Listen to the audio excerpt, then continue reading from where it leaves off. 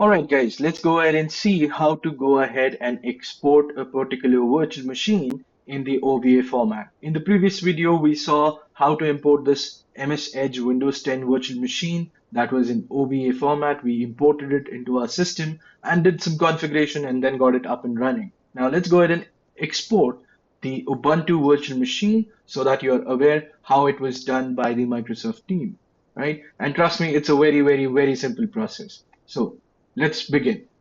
First step, select the virtual machine, then go to the file menu and click on export appliance, right? So once you click the export appliance button, it will open this particular box saying export virtual appliance. Once again, you select your virtual machine, click on next, and then over here at the format settings screen, all you have to do is you have to check this file location. Where exactly is this particular file is going to be stored? So in my case, it is C users Vinod documents Ubuntu Linux.ova, right? The file is to be stored over here.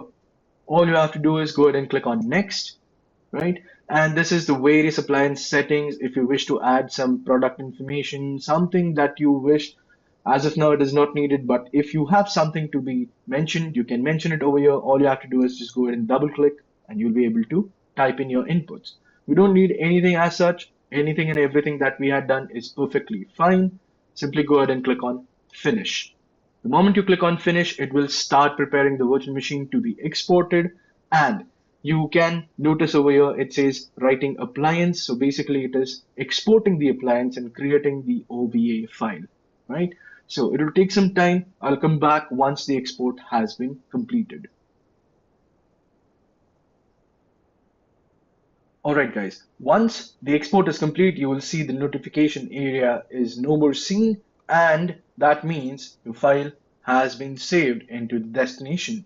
Right? So let's go ahead and check if the file is there already. So all you have to do is, by default, it is stored into the documents folder. I'll go to the documents folder and you can see Ubuntu Linux OVA file has been listed over here. It has been saved. Now, if you wish, you can share this file with your friends. You can ask them to install VirtualBox on their system, double click or use the file import option to go ahead and import it into their system, share the password with them, and then they would be able to use the Ubuntu Linux virtual machine that you had shared with them, right?